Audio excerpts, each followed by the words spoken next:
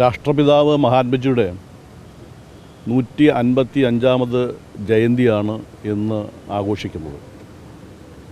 രാജ്യത്താകെ ജനങ്ങൾ വലിയ പരിപാടിയാണ് ഈ ദിവസം കൊണ്ടാടുന്നത്.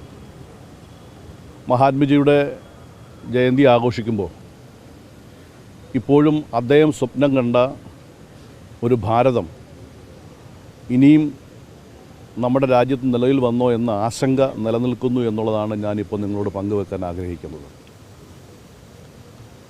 ജാതി മത വ്യത്യാസമില്ലാതെ എല്ലാ വിഭാഗം മനുഷ്യരെയും ഒന്നുപോലെ കണ്ട് ജാതിരഹിത സമൂഹം സൃഷ്ടിക്കാൻ, അതുപോലെ തന്നെ മതനിരപേക്ഷത ഉയർത്തിപ്പിടിക്കാൻ, അനാചാരവും അസമത്വവും ഉച്ചനീചത്വവും അവസാനിപ്പിച്ച് എല്ലാ മനുഷ്യനും ജാതി വ്യത്യാസമില്ലാതെ ഒരുപോലെ ജീവിക്കണമെന്ന സ്വപ്നമായിരുന്നു മഹാത്മജിക്കുണ്ടായിരുന്നത്.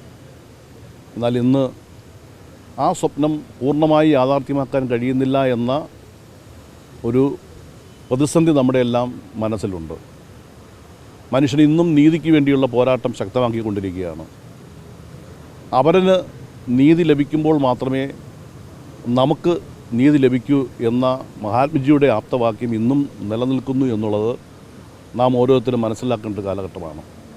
നീതിക്ക് വേണ്ടി ഓരോ മനുഷ്യനും ഇന്നും പോരാട്ടം സംഘടിപ്പിച്ചുകൊണ്ടിരിക്കുന്നു. സ്വേച്ഛാധിപത്യം മനുഷ്യൻ്റെ മനസ്സിലേക്ക് കടന്നുകൂടിക്കൊണ്ടിരിക്കുന്നു. സ്വാതന്ത്ര്യം അത് പാരതന്ത്ര്യമായി മാറിക്കൊണ്ടിരിക്കുന്ന ഒരു കാലഘട്ടത്തിലൂടെയാണ് നാം കടന്നു പോകുന്നത്. അതുകൊണ്ട് തീർച്ചയായും എല്ലാ വിഭാഗം മനുഷ്യരും ജാതി മത വ്യത്യാസമില്ലാതെ മതനിരപേക്ഷത ഉയർത്തിപ്പിടിക്കാനും ഓരോ മനുഷ്യനും നിഷേധിക്കപ്പെട്ട നീതി ഉറപ്പാക്കാനും അവർക്കെല്ലാം നീതിപൂർവമായി സ്വതന്ത്രമായി ജീവിക്കാനും കഴിയുന്ന ഒരു സാഹചര്യം നമുക്കുണ്ടാകണം.